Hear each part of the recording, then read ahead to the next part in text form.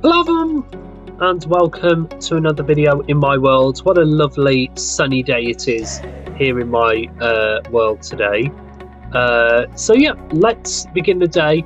If you saw the last video, you would know that we finally met Zara. Well, we'd already know them, but we knew their name now. We know their name now, sorry. And we were building with Ryan, and I decided Zara's still very tired after her ordeal, and Ryan had a bit of a busy day placing a load of beds, and I think placing all the beds made him very tired, so he's not here today. But we're going to be joined by a dog, and I can't remember which dog we had. Let's have Grizzly with us today. It's quite nice just having two dogs, but of course, maybe one day I will expand my wolf pack, and we will get more than two dogs. But at the moment, I'm quite happy with them. I'm also considering, and I'm not too sure if I want to do this yet, so don't hold me to this. But I'm considering building some sort of place for the dogs because they kind of just live in my bedroom, and I think that, one day building them their own house or something would be a good idea. But let me know what you think about the idea because I'm not too sure on it. Anyway, this is what. Hello. Hello, wandering trader. What have you got to sell? Oh, he sells tall grass and a load of other things. That is pretty cool. I didn't actually know we could sell that, which is pretty awesome. But yeah, this is what we built in the last video. I got it finished off. So we got pretty much the purple side done. But I got the yellow side done, and you can see I finished off the bubble vators. So I will quickly. Oh, perfect. Let me quickly just show you what they look like because they look pretty cool. So yes, basically in the middle here, I basically built down these tubes and put some bubble columns to block off the water. I have to do signs like this. It's a bit annoying, but oh well. And then also what I did is I added like a big ring of glass that goes around the outside just to add like another potential place for you to potentially go on. I finished off these. Actually, I added these in. We did build these ones in the last video, but you can see these are how these ones look, and then these are how the ones here look. And then I also built these, and these are pretty important. So these, basically, there's a little jump, and then you'll place the concrete powder of your color in here, and then that will drop, and then that will then set off the fireworks, which is what we're hopefully going to get done today. There's also a few other things. Oh yeah, you can see this is the concrete powder. So in that side there's yellow ones, and that side's purple ones. Let me just quickly just recap the game, just in case you can't remember. So basically, you've got to get across to the other side, get the concrete powder from the dropper, bring it. And that's twice now. Bring it back, place it in those holes, and then that will then dispense some fireworks to say that you have won.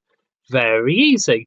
There was a few things about this game I didn't tell you about in the last video, and I want to say I did it on purpose to be sneaky, but the main reason why is because I kind of forgot to tell you. So I'm going to explain something else about this game, which is pretty important and is pretty cool, and I hope that all of you will like the additions which we're going to be adding in. So firstly, we need to grab some tripwire hooks. Do we have any? I bet you I don't. I bet you I don't have what it is I'm after. No, of course I don't. Well, that would be too perfect to have exactly one. I need string because we need to do some tripwire hooks for this part. So basically, what's going to happen? Oh, I've gone too far. So basically, the concrete powder is going to drop. It's then going to drop down a little tube, which is going to go like this. And then basically, once it goes to here, it's then going to set off a tripwire hook. So I'll tell you what, let me build this going across here. Might as well break all of this away for now. So basically, it's going to land here. I actually need to build this all the way to the floor, and you'll see why. And then basically, I'm then just going to put a tripwire hook here. Oh, that would be a torch. And then a tripwire hook, which will go here as well. And then this is going to be the thing which is going to set off the the firework dispensers. So let me just go and quickly. I think I actually, yeah, I've already got the dispenser on me. I don't think I've got the fireworks, but you're going to have to just trust me that these work. So let me just quickly start marking these. So basically, I don't have redstone. There's always one thing I always don't take from the chest, and that's always red. There's always something I forget to take out of the chest when I want it. And there's always something which I just forget to put in the chest in general. So let's just make a bunch. Let's make 16. I think it'll be fine. Let's swap some of these things out.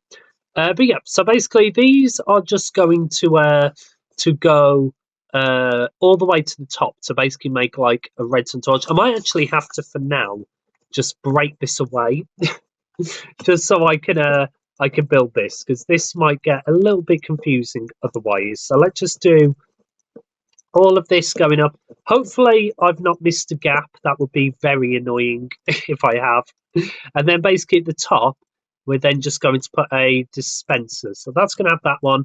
And then we then just need to do the same for the other side. So this is just a very nice way of just marking who's won, because I play so many games. Like if you watch some of my tournaments, like there's a few games which I've got which are just not very obvious that you've won. And I really want to change that. I really want to make it more obvious. And I know that the fireworks aren't the most obvious thing, but if you see the other team not attacking you, I think that's going to be a pretty big insight that that you've lost. Yeet, I'm perfectly okay with you running around, but please don't get too hurt, because I really don't want you to get hurt. Like, luckily he's got Wolf Armor. Like, Wolf Armor is such a good addition to the game, and like it just is. Without that, I would be fearing for my life. Well, not my life, the life of the dogs, because they would literally probably die every single second. So let's just make a bunch more of these. I think that should be enough. Let's see when we pile up. So basically, I just need to do these just going all the way to the top like this, and then just put the final dispenser down. So you can see this how it will look. I might put maybe trapdoors or something underneath the dispenser on top of them, just to stop you grabbing the fireworks. And then all that we now need to do is just link up the tripwire hooks to those, and this is going to be very, very, very simple. Oh yeah, also, if you remember in the last video, there was an axe. I did not mean to do that. I can't even place that. I'm gonna have to like jump up, place that, and then come down. Yeah, if you remember in the last video, I accidentally, well, me and Ryan accidentally built the floor wrong. So basically, we built it where it didn't go out far enough to the path in one of the directions. And I said at the time, I was like, it doesn't actually matter because you're not going to see it. What I didn't realize is that if you're above a bed and it is too far away from you, it actually doesn't render the bed in, which means you can actually see through the floor of the bed. So you would have been able to have seen that pattern. So for that reason, I did go and fix the floor, which was a little bit annoying, but overall, I would rather have it so, you know, it actually is fine rather than, you know, it just being wonky and then annoying me. So let's keep the sticks. We can get rid of we'll keep one piece of string just so I can use that for the other side. We're not going to bother like trying to get this game finished. I mean, there's a good chance we will, because there's not actually that much done today. Like, I think, like, if the top part wasn't so complex, I think we probably could have got this game done in just one video.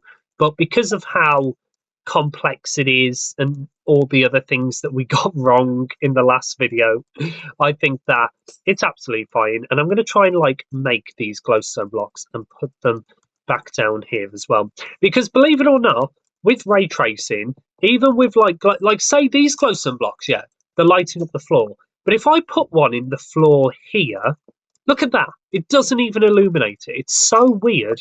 But if I put the same block there, it actually does. It is so strange. Oh yeah, also by the way, after we build this mini game, we're going to be building a new machine. Oh, I've got you interested now. So I might as well tell you this now. I know it's probably ruining the surprise, but I do kind of like giving like little subtle things just to keep you interested, just to keep you, wanting to know more and coming back and, being excited over things. Uh, yeah, basically, we're going to be building a new machine, which is going to be a variant of my ray tracer. And I'm sure some of you can already work out what the machine's going to be if you've seen the most recent Minecraft snapshots. But yeah, that's going to be coming probably after we build this minigame. Be excited over that. That is coming soon. I haven't actually designed that machine yet, but I came up with the idea of it literally before I started this episode. So that will be coming soon. So yeah, let's quickly do this. So there is also something else I want to add in. This isn't really needed, but it's mainly just for lag purposes. So basically, I want to add a way where I can store all of the items that get dropped, because basically, if I don't do that, basically every single time the items get dropped, they're just going to get broken, and then nothing's going to happen. I believe. Tell you what, let's do a test. I believe if I just drop a piece of concrete powder, let's just grab this one for now, and then if I just drop this down here, I believe the tripwire hook should break it. If not, I can move it one low and put a torch. Let's have a look. Yeah, it does. Okay, so that breaks it. I might actually just quickly shift this chest one across, just because I made two chests, and also you can't open the chest like that. But basically, this is just going to go here like this. It's probably not very needed, but it's just handy to have. I might actually nick one of these glowstone blocks, and I might actually just put these like in the tube somewhere. There we go, just to light up the tube a little bit. And so that's pretty much the purple side working. So let's just go and let's get the yellow side finished, and then this is pretty much going to be the redstone done. Like, this is probably the quickest I have ever done redstone in one of these videos. Like, this has just been so unbelievably quick. The hardest part is going to be the next thing, and the reason why I made so many hoppers is for what's going to come, and I will explain what the final mechanic of this game is, the final twist which I've made of the game. And this, out of all of them, I will probably not lie to you. That probably make no sense. I won't lie to you. It's probably my favourite addition in this sequel. It's something which I think is the most changed out of Mattress Man, and I'm very excited to show you. So let me just do a test. So let me just put some. Tell you what, I actually have some purple fireworks. I did not realise I had these. So let me just put. I will change the yellow side to have yellow fireworks eventually, but let's just put purple ones in for now. So let's just do a test. So say if I'm on the purple team, I will have my sword and my shield.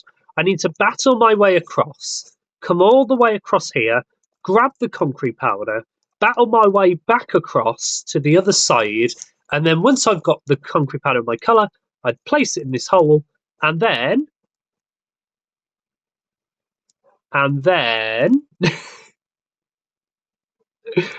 it's not working. Why is it not working? Do you know what I think it might actually be? And I think I actually remember this from a previous redstone encounter. I think the tripwire hook needs to be one higher. I think that's all that it needs to be. Because I remember in when I was doing a different minigame. What minigame was I doing? I was doing a different minigame, and we were experimenting with tripwire hooks, and we, for the life of me, could not get them working. And it's because because what's causing it not to work is basically this hopper is sucking it up before it has a chance to do it. Either that, or it's because basically the concrete powder gets broken before it can send the signal.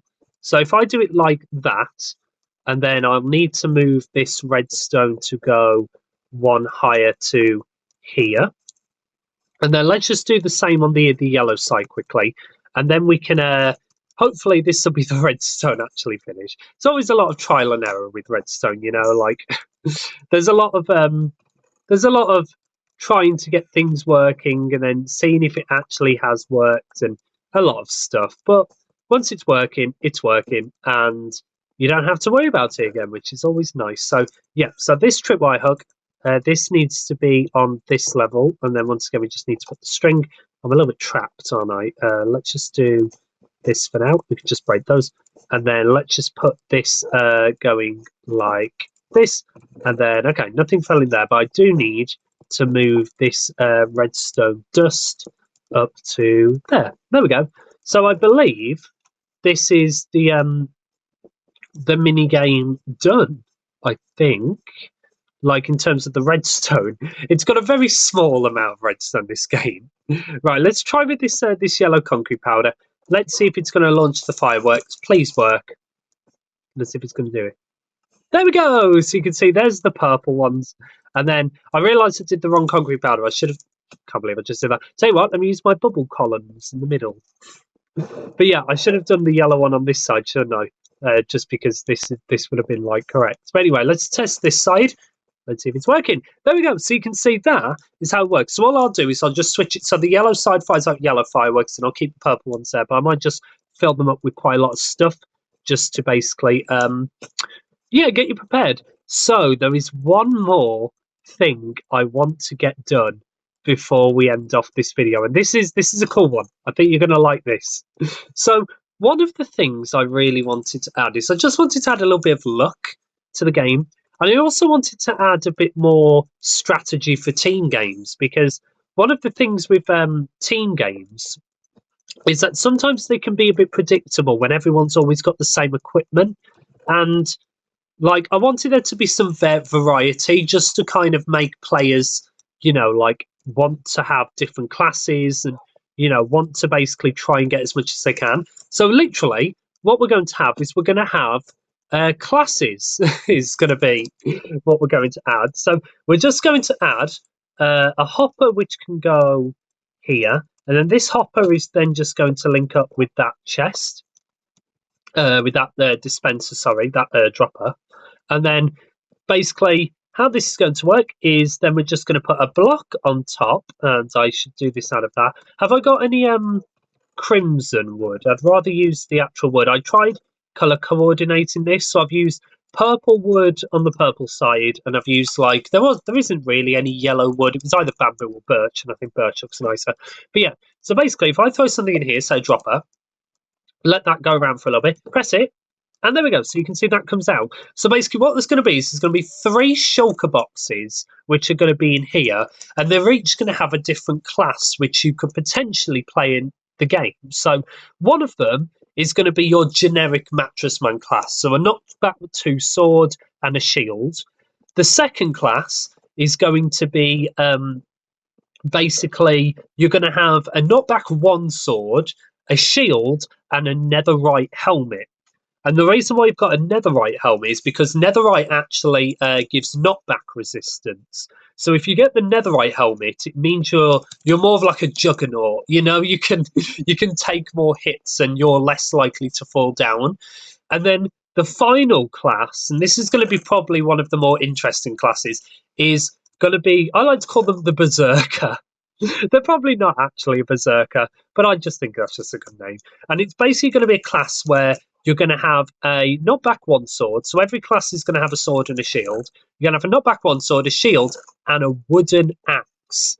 And the reason why we've got wooden axes is because if you don't know, axes actually disable shields, which means that if your opponent's got their shield up, you could use the knockback axe to basically knock them down. To disable their shield, so then you can get like a few shots. And the disabled ability of the shields, it lasts for about 10 seconds, which might not sound a long time, but imagine you're like in a very combat situation. You really want your shield to be up, so that will be pretty catastrophic if you get hit by the player with the knockback with the wooden axe. So that's going to be the 3 classes. So there's going to be the generic class, which is going to have the knockback 2 sword and the shield. There's going to be the juggernaut player with the netherite helmet and a knockback 1 sword and a shield. And then there's going to be the berserker class, which is going to have a knockback 1 sword, a shield, and an axe, wooden axe. So those are the 3 classes. I just think it would just make games a little bit more interesting and tactical, because say for example, like if you're playing a 3-player game versus like 3v3, that means you're going to have all the players with the classes, which means you could choose to have, say, the person with the netherite helmet be more defensive and guarding the concrete powder, and then you could have the person with the axe be like going up close and confronting, and then you can have like the person with the knockback 2 sword going after the players, because it's a little bit like Top Trumps, this game, with the classes, because the generic mattress man class has got the strongest knockback. It's got knockback 2, so that class will probably be better against the netherite helmet class, because the netherite helmet gives knockback resistance. I think the axe will probably be better against the mattress man like generic class, because that sword is so much better than their one, so it'll be good to disable them. And then I think that the final one, I think that the netherite helmet would be really good against the axe, because it means that you can tank more shots whilst also being able to get a few sneaky ones in as well. So it's a little bit like Top Trumps as well. Like, some classes are going to be more effective against others than some of the other ones. So I'm actually really excited to play this game. Hopefully you are all excited too. So yeah, Mattress Man 2 is pretty much done. I just need to add in the shulker boxes, and I also just want to add in the fireworks, and then we're going to be playing this game in the next episode. So I hope that you have all enjoyed watching us play. Watching me do Mattress Man 2 for the second time. I hope that you will all come back to watch us play this tournament, because I'm telling you, I think it's going to be good. So we'll see. But yeah, that is going to be the end of this episode. I hope you have all enjoyed it. Thank you all so much for watching, and we will see you all at some point.